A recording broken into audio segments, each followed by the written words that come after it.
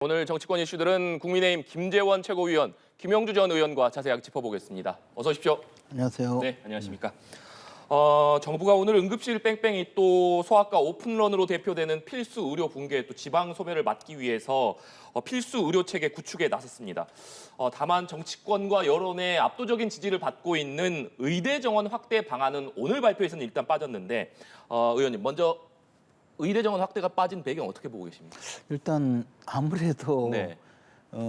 야당에서도 이 의과대학 정원 확대 자체는 굉장히 좀 환영한다 네. 이런 이야기를 하면서도 우리도 못한 일이다 그런 이야기를 하지 않습니까? 그만큼 이 의과대학 정원 확대 문제는 사실 이해관계 당사자들의 강력한 반발 문제도 있고 어느 정도 어디에 어떻게 늘릴 것인가 하는 그 문제에 심각한 갈등의 소지가 분명히 네. 있습니다. 그래서 이해관계자들 또 관련 단체, 뭐 학계 그리고 의사단체 또 의과대학 자체 모든 분들하고 좀 천천히 시간을 갖고 의논을 해서 정해야 될 일이고요.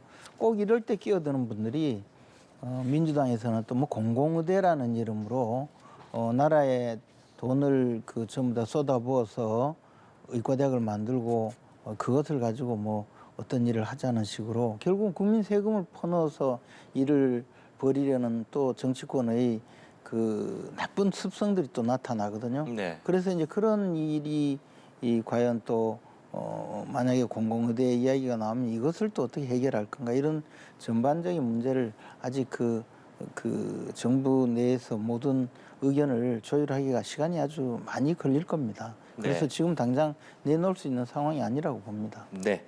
김영주 의원님께서는 네. 어떻게 보십니까? 그래서 아무래도 이제 총선을 앞두고 있고 또 방금 말씀 있었습니다만은 의사협회라든지 이해관계자들이 그동안에 뭐 대학의 의대 인원이 3,058명인가요? 19년째 정원이 안 될 정도로 굉장히 강한 저항을 해온 건 사실이고 그런데 어렵사리 여야가 큰 틀에서 합의를 했단 말이죠. 그 정부가 이것을 이 기조를 잘 이어서 분위기를 이어서 그야말로 지방도 살리고 또 노인 인구가 굉장히 늘어나고 있기 때문에 지방에 있는 노인들이 몇 달째 정말 서울에 와서 병실을 찾으느라고 돌아다니고 또 좋은 의사 만나려고 돌아다니는 일이 없도록 해야 된다. 오늘 당정회의도 했고 또 장관께서도 나오셔서 여러 가지 특단의 대책을 내놨는데 결과적으로 지금 이제 지방 국립대 중심으로 정원에 대한 문제라든지 그런 걸 하려면 어쨌든 또 교육부하고 협의를 해야 되지 않겠습니까? 의과대학인 만큼. 그러니까 그런 부분에 있어서도 정확하게 여야 합의를 갖추고 정원을 하더라도 인원수를 몇 명 정도 할 것이냐 또 해마다 단계별로 어떻게 늘어날 것인가.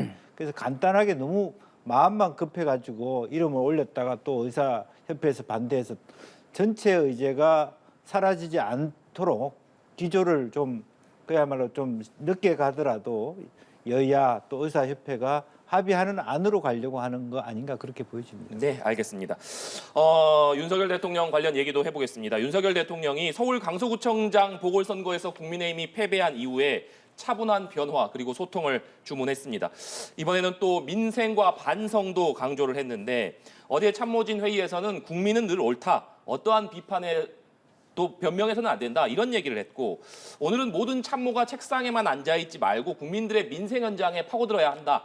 나부터 어려운 국민들의 민생 현장에 파고들겠다 이런 얘기를 한 것으로 전해졌습니다. 김재원 의원님, 윤석열 대통령이 이런 발언들을 좀 강조하고 나서 배경 어떻게 봐야겠습니까? 뭐 당연히 대통령 취임 후에 있었던 보궐선거에서 사실 그동안 지방선거에서 승리하고 나서 받아든 성적표가 굉장히 좀 국민들의 민심이 좀 돌아서지 않았을까 하는 그런 지표 아니겠습니까? 이럴 때 대통령께서 조금이라도 국민들의 마음을 어루만지고 또 국민들의 어려움에 가까이 다가가려는 모습을 보이는 것은 지극히 당연한 일이라고 보여집니다. 또 여당도 그래야 되고요. 사실 이 돌아선 민심을 다시 돌리려고 해봤자 그것이 잘 되지 않고 돌아선 민심 앞으로 다가가는 것이 중요한 것이거든요. 그래서 이제 그동안 우리가 뭘 잘못했는지 좀 반성도 하고 또 국민들의 어려움 삶을 어떻게 돌볼 것인지 그리고 가장 국민들이 어려워하는 문제를 어떤 방법으로 해결할 것인지 이 문제를 직접 정부 여당 또 실무자들 모든 분들이 전부 다 좀 노력해달라는 간곡한 부탁 아니겠습니까? 대통령이 솔선수범하겠다는 그 마음에는 굉장히 좀 진정성이 담겨 있다고 생각을 합니다. 네. 그렇다면 앞으로 윤석열 대통령의 국정 운영의 방식이라던가 뭐 소통 방식에도 좀 변화가 뒤따를 것이다 이렇게 예상해봐도 되겠습니까? 어쨌든 뭐 당장에 지금 여당과 그 당정 협의를 매주 하겠다라는 것. 그런데 이제 사실 여당은 국민들과 늘 그 접촉하면서 대화를 하고 또 그 직접 민심 속에서 국민들의 마음을 늘 접하는 그런 입장이거든요. 반면 정부는 아무래도 정부가 운영하는 또 기본 방침에 따라서 또 국가의 뭐 재정이라든가 기존의 국정 방향 이런 것에 또 얽매이게 되고 공무원 조직은 공무원 조직대로 또 그 나름대로 관료 이기주의도 있을 수 있거든요. 그래서 이제 그 고위 당정청 회의를 좀 하면 당정 협의를 하면 그런 정책 방향을 국민의 눈높이에 맞게 국민의 수준에 맞게 또 국민이 원하는 방향으로 그렇게 바꿀 수가 있습니다. 저도 사실 이 당의 지도부 인사로서 당정 협의에도 참여해보고 또 그 당시에 청와대 정무수석으로 또 정부 측 입장에서 참여해 보기도 했는데 늘 그런 마음을 가졌거든요. 이 당정 협의는 자주 하는 것이 좋겠다라는 느낌을 가졌는데 그런 면에서는 꼭 필요한 조치라고 생각합니다. 네, 김영주 의원님. 네. 우선 뭐 대통령께서 이러한 말씀을 가는 과정은 나쁘지 않습니다. 이런 내용의 반성이라는 말씀을 하셨고 그런데 제가 방법론에서 조금 이제 그 불만이 뭐냐 하면 첫 번째 말씀을 좀 더 마지막 말씀처럼 했으면 좋지 않았겠냐. 나부터 변하겠다. 내가 반성한다. 이런 말씀이 첫 말씀이셔야 되는데 첫 말씀은 교훈으로 삼아서 니네들 잘해봐라. 이렇게 그러니까 이제 야당에서 첫 말씀부터가 유체 이탈식 발언이다. 이런 공격을 당하면서 결국에는 말씀은 제대로 하세요. 근데 왜 처음부터 그런 얘기를 안 하냐. 그러니까 지금부터 나부터 그동안에 반성하고 바꿀 테니까 같이 합시다. 한마디로 끝나는 거잖아요. 그걸 질금질금 이렇게 하는 것 자체가 과연 제대로 된 참모가 있느냐. 두 번째는 그 여당은 더 많이 소통하고 대통령실과 정부는 해결해야 됩니다. 소통을 더 넓히겠다가 답이 아닙니다. 어려운 민생은 문제를 해결해 달라는 목소리입니다. 예컨대 지금 전세 대출 사기만 하더라도 여러 가지 특단의 대책을 세웠지만 계속 연일 나오는 인터뷰나 뉴스를 보면 그 문제 하나 제대로 해결했다고 만족하는 사람이 아무도 없습니다. 이제 그런 부분에 있어서 조금 더 대통령께 요구하는 것은 한 문제 한 문제를 정확하게 해결해 가는데 조금 실력을 보여달라. 그것이 아마 총선 승리의 방법이다. 그냥 많이 만난다, 기자들 만난다, 그 시장 돌아다닌다. 이 문제로 이것을 할 것은 대선 후보들이 하는 거고 대통령은 실제로 그 문제에 대해서 답을 내주는 겁니다. 그래서 지금까지는 많이 외국에서 여러 가지 정상들도 만나고 우리나라의 어떤 자존심과 자유 이런 것을 넓힌 것까지는 좋습니다만 지금 당장 국내에서 여러 가지 경제적 어려움을 어떻게 하나하나 짝짝 풀어서 해결해 가느냐 그런 모습이 더 국민이 바라는 모습 아닐까 그렇게 보여집니다. 네, 국민의힘 김기현 2기 지도부 그러니까 국민의힘의 김기현 대표가 재신임을 받은 다음에 당직 개편을 통해서 새로운 지도부가 출범을 했습니다. 윤석열 대통령이 이 김기현 2기 지도부를 이틀 연속으로 만났는데 어제는 오찬 회동까지 하면서 윤석열 대통령과 신임 지도부가 함께하는 모습을 볼 수 있었습니다. 윤석열 대통령이 이렇게 이틀 연속으로 신임 지도부를 만난 배경은 어떻게 봐야겠습니까? 근데 사실 뭐 그저께는 국민통합위원회를 좀 더 예우하는 차원이었고요. 어제는 사실 당 사역과 함께 상당히 긴 시간 대화를 하면서 현재의 상황에 대해서 여러 가지 뭐 대담을 한 것 같은데 어쨌든 지금 조금 흔들리는 김기현 대표 체제를 확실하게 현 상태를 좀 더 그 굳건하게 지휘권을 인정을 좀 하고 또 당이 흔들려서는 지금 사실은 대안이 별로 없고 만약에 당 지도부가 흔들린다면 최소 한 달 이상 당이 그 거의 지도력 붕괴 상태가 되고 그럼 끝내 사실 총선 앞두고 거의 망가지는 수준으로 갈 수도 있거든요. 그래서 저는 적절한 시기에 적절한 방식으로 대통령과 여당 지도부가 만난 것이라고 판단을 하고 있습니다. 네. 그리고 앞으로도 대통령이 이제 그 김기현 대표에게 좀 힘을 실어주고 또 김기현 대표가 당을 잘 운영할 수 있도록 도와주는 방식으로 이렇게 여당이 가는 것이 김기현 대표의 이 지도력이 발휘되어야 네. 그다음에 이제 뭐 또 앞으로 혁신위, 선대위 그리고 공천이 계속 그 역할을 하는 그런 당내 그 기구가 생길 텐데 그 기구들을 잘 관리 운영하면서 결국 총선에 대비할 수 있거든요. 그런데 이제 당내의 어떤 불평불만 또는 당내의 지도부 늘기에 네. 너무 민감하게 반응을 하면 결국 지도력 붕괴 상태로 가고 그것은 총선의 그 자멸로 갈 수 있는 그런 가능성이 있다고 봅니다. 저는 그래서 지금은 김기현 지도부를 저렇게 대통령이 좀 잘 북돋워줄 필요가 있다고 생각합니다. 네.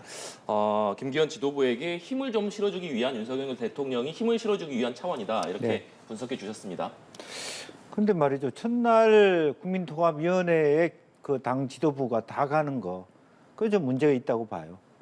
김한길 위원장이 힘을 실어주기 위해서 당 대표를 불러다 앉히고 적절하지 않다고 봅니다. 그게 오히려 당대 관계에 힘을 실어주는 것인가 의문점이 있고요. 사실 그것보다는 두 번 만나는 것이 의미가 있는 게 아니라 한 번을 만나더라도 정말 진솔하게 민생을 살리고 그야말로 정상적인 소위 김기현 대표 말대로 건강한 당과 대통령실 관계를 확립하기 위한 진솔한 대화가 중요한 거죠. 사실 그런 면에서 지금 현재 많이 만나는 게 나쁜 것은 아니지만 어쨌든 횟수에 비해서 실제 진솔한 내가 있는 건지, 그리고 또 하나는 혁신위원회의 위원장이 누가 될지 모르겠습니다. 그 위원회가 당대표라든지 대통령실과의 관계에 어떤 역할을 할 것인가라고 하는 것이 더 당과 대통령 관계에서 중요한 변수가 될 것이다. 저는 그렇게 봅니다. 네. 말씀해 주셨지만 김기현 대표가 쇄신 방향 중 하나로 혁신위를 출범시키고 모든 권한을 주겠다. 이렇게 밝힌 바가 있습니다. 당초에는 오늘 최고위에서 혁신위원장을 인선을 의결할 이럴 것으로 알려졌었지만 적합한 인물을 찾지 못해서인지 다음 주로 좀 미뤄졌는데, 그렇기 때문에 일각에서는 위원장을 찾지 못해서 인물난을 겪고 있는 것 아니냐, 이런 분석이 나오고 있는 것이 사실입니다. 의원님, 이 부분은 어떻게 봐야겠습니까? 그런데 사실 뭐 혁신위원장 후보군은 여러 명으로 네. 지금 등장해 있는 것으로 알고 있습니다. 그런데 또 이런 상황이 되면 항상 이제 혁신위원장이 어떤 분이 지명이 되면 그에 대한 또 비판론도 나올 수 있거든요. 그래 약간의 그 인적인 검증도 필요하고 또 이제 혁신위가 등장했을 때 어떤 역할을 할지 그것도 내부 정리가 좀 필요합니다. 그 이재명 대표가 김은경 네. 혁신위원장을 세웠다가 뭐 솔직히 이야기해서 왜 그분을 모셨는지도 모르겠고 그분이 어떤 일을 하다가 어떻게 없어졌는지도 모르겠고 하는 그런 식의 혁신위가 사실 민주당에 많이 있었거든요. 그 앞에 또 비대위도 한번 출범시켰다가 거의 당과 대립되는 그런 방식의 비대위도 들어오기도 했는데, 그랬기 때문에 여당에서 이 혼란을 방지하기 위해서 약간의 시간을 두고 아주 섬세하게 지금 그 검토 중인 것으로 아는데요. 제가 알기로는 뭐 여러 명의 후보자는 이미 검토되고 있는 것으로 알고 있습니다. 네, 여러 명의 후보자가 검토되고 있고, 그럼 다음 주 중에는 뭐 예정대로 혁신위원장이 인선되고 혁신위가 정상적으로 좀 출범될 수 있을 것이다, 이렇게 보십니까? 그렇게 생각하고 있습니다. 그리고 혁신위원장이 먼저 발표가 되어야 혁신위원장과 협의를 해서 또 혁신위원도 마련을 하고 그렇게 할 수 있습니다. 네, 김영주 의원님. 저는 저희 당 사정이 아니라서 잘 모르겠습니다만은 저는 조금 시간이 급한 게 아니라 가령 한동훈 장관, 원희룡 장관 이분들이 총선에 출마할 것인지, 우리 그분들이 당에 정확하게 들어와서 그리고 난 다음에 혁신위원장을 만드는 게 훨씬 더 덜 삐그덕거리지 않을까. 그런데 지금 이분들이 굉장히 중요한 인사란 말이죠. 당과 대통령실을 포함해서 정부를 통해. 근데 혁신위원장을 뽑아놨는데 예컨대 한동훈 장관이 차출됐다. 네. 원희룡 장관이 왔다. 이분들의 역할이 더 커지면 혁신위원회는 쪼그라들 수밖에 없는 거고 결과적으로 김기현 대표는 더 위상을 찾기가 어려워질 겁니다. 그렇기 때문에 지금 급한 것이 중요한 게 아니라 실제로 내년 총선을 위한 당의 혁신 아닙니까? 그러면 정말 대통령과 협의해서 빨리 그 장관을 그만두고 총선에 합류할 장관들은 빨리 내려와서 당내 화합을 하면서 그 속에서 혁신위원장을 골라가는 것이 훨씬 더 여러 가지 우여곡절을 줄일 수 있지 않느냐. 네. 물론 뭐 제가 어떤 부분을 내부적으로 금형하고 논의하고 있는지는 모르겠습니다만은 그런 것을 좀 고려해야 되지 않겠나 그런 생각이 듭니다. 네. 혁신위원장이 인선이 되고 혁신위가 출범을 하게 되면 어떤 내용들이 이 혁신위에서 과연 다뤄지게 될 것이냐 이 부분에도 관심이 쏠릴 수밖에 없을 텐데 의원님께서는 혁신위가 출범하게 된다면 어떤 부분들을 좀 중점적으로 다뤄야 된다라고 보십니까? 사실 당의 모든 네. 이 지금 현재 문제가 되고 있는 당의 모든 상황을 전부 원점에서 놓고 재검토를 하는 그런 방법의 혁신이 이루어지지 않을까 생각합니다. 네. 과거에 홍준표 현 대구시장이 한번 혁신위원장이 된 적이 있는데요. 그때는 결국 그 대통령 후보 선출 규정만 바꾸고 혁신위가 끝난 적이 네. 있고 그 이후에 뭐 비대위에서 당 이름 변경도 하고 당의 로고와 색깔 변경도 하고 이런 적이 있는데 저는 크게 만약에 혁신위가 큰 역할을 한다면 재창당 수준의 변모, 당의 뭐 당명을 개정하고 새로운 당의 그 모습으로 완전 변신하는 그리고 또 인적 쇄신을 과감하게 하는 네. 그 어떤 기준을 정한다든지 이런 내용까지 아마 큰 폭의 혁신 방안을 마련하는 그런 내용부터 좀 그 기존의 여러 국민들이 보고 있는 비호감적 요소를 좀 그 버릴 수 있는 네. 그런 정도의 작은 혁신까지 그 혁신위가 어느 정도 역할을 할지는 앞으로 조금 그 당 지도부 또는 민심의 추이를 함께 봐야 될 것이라고 생각하고요. 또 우리는 여당이기 때문에 대통령과의 이 협의도 중요하다고 네. 생각을 합니다. 그러나 저는 기왕이면 혁신위가 등장하면 이제 재창당 수준의 대변혁이 필요하지 않을까 생각합니다. 네. 재창당 수준의 대변혁까지도 검토해 봐야 된다 이런 말씀이신데 네. 어떻게 보십니까? 그것은 여야 모두가 필요한 네. 부분 같습니다. 왜냐하면 국민들 전체가 어쨌든 제1당, 제1여당, 제1야당에 대한 비호감도 또 특히 중도층들이 굉장히 입안의 그 속도라든지 폭이 굉장히 넓은. 네. 그래서 잘못하면은 내년 총선을 3당 체제 또는 4당 체제에서 치러야 될지도 모르면 어차피 이 당이 그대로 있다 하더라도 대창당의 모습을 하지 않으면 다른 당과의 어떤 경쟁력에서 우위를 가질 수 없기 때문에 누가 오더라도 그와 같은 부분을 해야 되는데 과연 이제 그런 부분에 있어서 그러면 대통령실과 어떻게 그걸 입을 맞춰가면서 대단히 큰 폭의 그런 어떤 재창당 혁신을 가져갈 수 있느냐. 이게 말이 잘못되면요. 재창당이 아니라 윤 대통령 신당 이렇게 네이밍이 될 수도 있는 거거든요. 그러면 실제로 보면 대구 경기나 부산 경남 특히 부산 경남에서 굉장히 많은 어떤 위반이 될 수도 있습니다. 어부지리가 될 수도 있고요. 근데 그 공천을 잘못해가지고 무소속으로 나왔다든지 또 똑같은 위성 정당과 같은 다른 정당이 표를 깨어먹어서 반사 이득을 남한테 바친다든지 이제 그런 부분도 있기 때문에 굉장히 이것이 생각만큼 그렇게 쉬운 일은 아닐 것이다 그렇게 보여집니다. 네, 알겠습니다. 이 부분도 좀 짚어보겠습니다. 여당 내에서 대표적인 비운계로 꼽히는 유승민 전 의원, 또 이준석 전 대표가 연일 윤석열 대통령과 국민의힘을 비판하면서 탈당 가능성을 거론하고 있습니다. 이에 대한 국민의힘 의원들의 반응 듣고 대담 이어가도록 하겠습니다. 유승민 전 의원이 아마 그 라디오 프로그램 나가가지고 12월 달까지 자기는 뭐 그렇게 기다렸다가 얘기했어요. 판단을 하겠다라고 했는데 또 이준석 대표가 대구 가가지고 이제 유승민 전 의원에 대해서 배신감에 대해서는 그걸 벗겨달라라고 뭐 했잖아요. 그러니까 12월까지 가서 본인은 판단하겠다는 의미가 결국은 어떤 이 여론조사에서 당원들의 지지 세력이 좀 높다면 언제든 뛰쳐나가서 창당을 하겠다는 저는 그 의미밖에는 들리지 않습니다.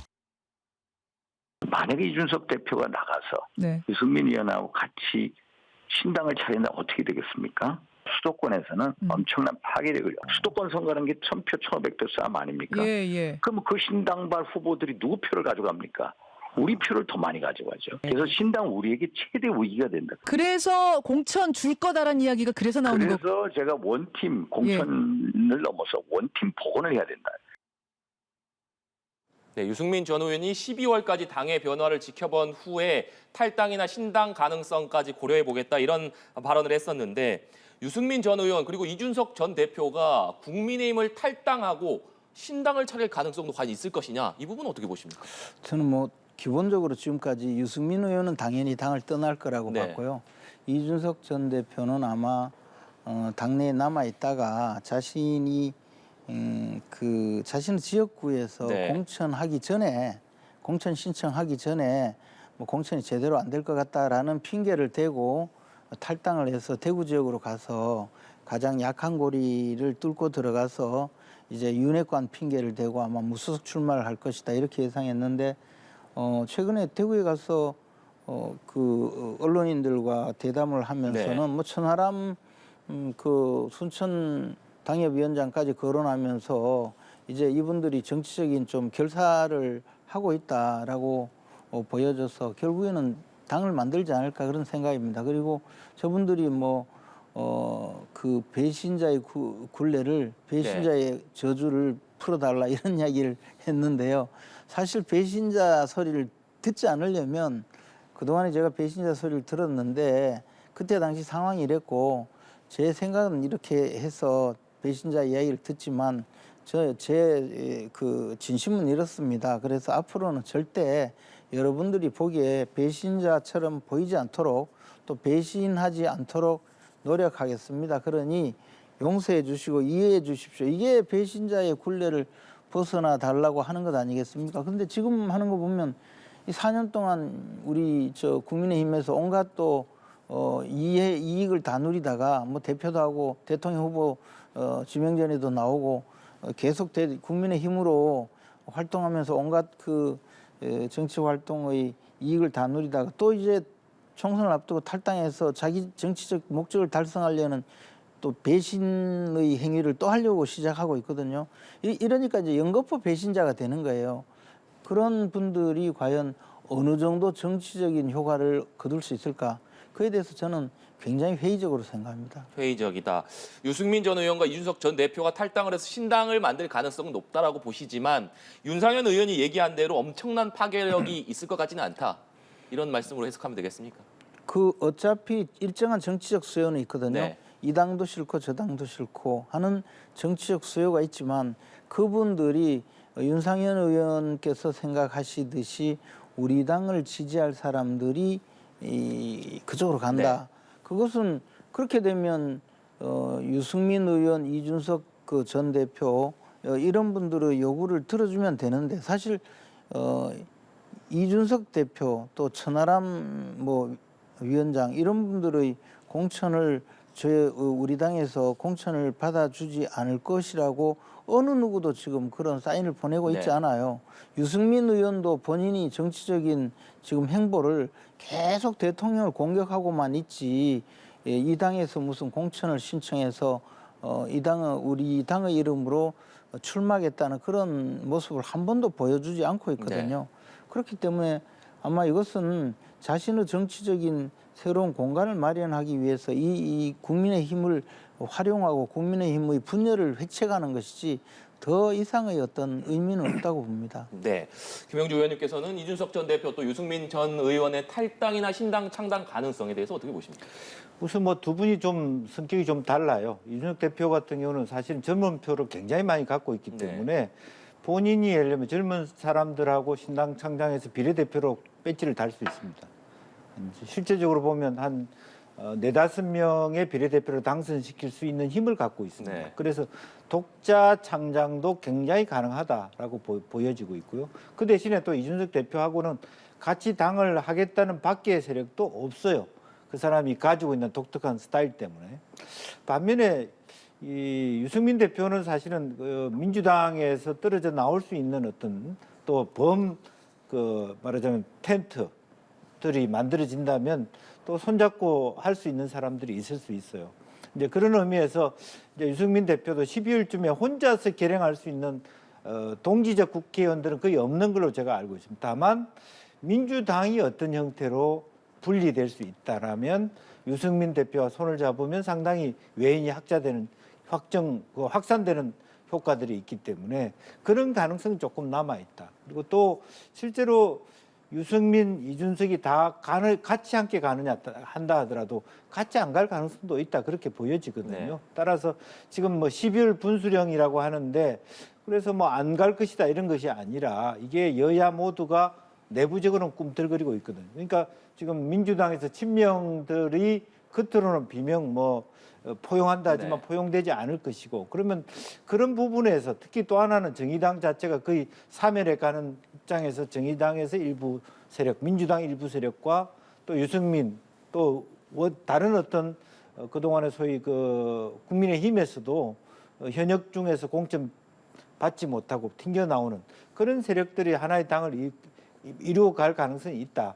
그렇게 봅니다. 네, 유승민 전 의원과 민주당에서 분리돼 나온 의원들 간의 결합 가능성이 있다 이런 전망도 해주셨는데 그렇다면 실제로 민주당에서 총선을 앞두고 이른바 친명계와 비명계의 갈등으로 인해서 일부가 좀 분리해 나올 가능성도 있다 이렇게 보시는 저는 건가요? 그렇게 보여집니다. 네. 그러니까 왜냐하면 지금 현재 솔직히 얘기해서 아무리 이재명 대표 친명 체제가 뭐 시스템 공천 하지만 결과적으로 뭐 자객들이라는 게 있는 거 아닙니까? 현역들이 느낄 때 벌써 자기네들을 밀어내기 위해서 친명계들이 와서 자기 지역에서 활동을 대대적으로 하고 있는데 그냥 같이 경선을 시켜줄게 경선한다고 해서 다 경선에서 탈락될 것이 눈에 볼 뻔도 뻔한데 그런 관계에서 특히 수박으로 뭐 당도까지 표시돼 갖고 하는 상황에서 이 사람들이 당도 4, 당도 5 정도 되는 사람들은 당연히 다른 꿈을 꿀 수밖에 네. 없다. 그렇다면 이재명 대표실에서 나온 사람들에게 아무리 이제 실에서 나왔지만 그것이 창당과 분당의 명분이 되기는 모자란단 말이에요. 그렇기 때문에 다른 여러 가지 큰 프레임이 필요한 거고 그러면 87 체제의 뭐 종언을 위해서 여러 가지 뭐 다른 새로운 권력구조 개편 논의를 끌면서 네. 예를 들면 양극단적인 선거 정치 종언하자라는 그런 네이밍을 걸고 튀어나올 수도 있다 그렇게 보입니다. 네, 알겠습니다. 이 얘기도 해보겠습니다. 이재명 대표의 배우자 김혜경 씨의 경기도 법인카드 유용 의혹을 제보한 공익신고자 조명현 씨가 어제 처음 얼굴을 공개하고 기자회견을 열었습니다. 오늘 예정된 정무위 국감에 참고인으로 출석하려고 했던 일정이 무산되면서 이루어졌는데 조 씨는 이재명 대표 또 부인 김혜경 씨가 해온 일들이 명백한 범죄 행위다 이렇게 목소리를 높였습니다. 조명현 씨의 기자회견 내용 최고위원님 들으셨습니까? 네. 근데 이제 물론 뭐 약간의 그 절차적인 또 문제를 제기하면서 네. 민주당이 국정감사에 참고인으로 채택하지 않은 것도 네. 좀 약간 야비하지만 그러니까 어쩔 수 없이 또 기자회견을 하게 되고 그러니 없던 내용도 더 그동안 우리가 몰랐던 이야기도 많이 이야기를 하게 되었는데 기본적으로는 지난 대선 때 나온 이야기가 큰 줄기가 그것이고 그러나 그 내용을 들여다보면 지금까지 없던 뭐 이재명 대표가 직접 관련될 수밖에 없는 뭐 샴푸를 뭐 사온다든지 뭐 그런 여러 가지 내용이 있었는데요. 이러한 것은 사실 민주당이 좀 아프게 받아들이고 우리가 그런 잘못이 있었다. 그리고 형사처벌을 이미 일부는 받았고 나머지는 지금 검찰 수사 중이니까 검찰 수사에 응하겠다. 그렇게 좀 나갔으면 좋았을 텐데 증인으로 또는 참고인으로 오는 것 자체를 결사항전하듯이 네. 막으니까 지금 뭐 이재명 대표에게 이재명 대표가 혐의를 받고 있는 사건들이 뭐 한두 가지가 아니잖아요. 뭐 대장동으로 시작해서 백현동 거기에다가 쌍방울 대북 송금 대납 사건에 또 부하 직원을 모른다고 해서 선거법 위반 사건에 또 증인을 위증교사였는데. 교사해서 지금 사건이 된 문제에서 이제 또 이제 법인카드 문제도 제가 보기에는 이것도 결국은 공범으로 수사를 또 받아야 될 거라고 봐요. 그러니까 민주당이 만약에 당명을 개정하면 뭐 대장동 쌍방울당이 될지 하여튼 뭐 그렇게 되지 않겠습니까? 이게 이 당 대표가 계속 이런 문제가 벌어지고 있는데 한꺼번에 좀 털어서 뭐 사과라도 좀 하고 해결을 해야 되는데 기껏 한다는 것이 그 단식하고 지팡이 짚고 걸어 나오는 그런 모습으로 이것이 끝나지 않는 것이죠. 그러니까 지금 이제 행자위 종합국감장에 증인으로 다시 그 신청을 했는데 민주당이 또 결사 막을 거예요. 그래서 이 문제가 그러면 또 더 불거지지 않겠습니까? 그런 면에서 좀 아쉽다고 봅니다. 네, 의원님. 사실은 이제 뭐 저는 행안위 국감에 부르는 건 맞다고 봅니다. 경기도의 공무원이 네. 그야말로 어떤 경기도의 돈을 도지사의 부인에게 뭐 밥 사고 빵 사고 뭐 샴푸 사는 데 썼다 문제가 있다 할 수 있는데 사실은 정무위에서 다루기에는 좀 적절하지 않아요. 이게 공정거래든 뭐 이게 단순히 카드 문제라고 해서 이게 정무위라고 하는 금융 관련된 그 상임위 아닙니까? 이제 그래서 민주당도 좀 그게 그 실수가 있었죠. 뭐 그런 어떤 카드 사용과 관련해서 증인 출석이라고 전혀 이재명 카드하고 상관이 없이 모르고 합의를 딱 했다가 보니까 그런 용도였다라고 하면 어느 누구도 그거 적절하지 않다고 얘기했을 네. 거고 다만 제가 얘기하고 싶은 것은 행안위 국감에서는 민주당도 반대해서는 안 된다. 저는 그렇게 생각합니다. 솔직히. 아니, 김동연 도지사처럼 정확하게 수사 의뢰했다. 수사 의뢰한 부분에 더 이런 정도 문제가 있다라고 하는 거고 그에 관련된 증인을 불러서 말을 하게 해야 돼요. 민주당이. 이것까지 막으면 민주당은 안 된다. 다만 제가 말씀드렸다시피 정무위에서 끼워 넣기 식으로 살짝 모르게 뭐가 뭔지도 모르게 해가지고 증인 출석해가지고 갑자기 스프라이즈해서 노출해서 모든 국감이 그러면 다 중간에 산회되고 정회되고 네. 이런 부분은 적절하지 않았다. 그렇게. 아니 근데 약간 뭐 그런 면이 없지는 않지만 사실은 정무위 소관의 국민권익위원회에서 그 국민권익위원회의 소관 부서가 이제 정무위거든요. 그래서 참고인 신청한 것이 국민권익위원회의 공익 제보자들이 이후에 공익 제보한 사람들의 보호가 네. 어느 정도 되느냐 하면서 이분이 제대로 보호받는지 여러 명을 참고인 신청하면서 집어넣었는데 이분이 이름이 알려져 있지 않아서 민주당 의원들이 모르고 넣었다가 놀라서 지금 그렇죠. 죽기 살기로 뺀 거거든요. 그러나 그 행안위에 넣어주겠습니까? 민주당이 넣어줄 거라고 저는 생각하지 않습니다. 네, 알겠습니다. 오늘 두 분 말씀 여기까지 듣도록 하겠습니다. 지금까지 국민의힘 김재원 최고위원, 김영주 전 의원과 얘기 나눠봤습니다. 오늘 말씀 고맙습니다.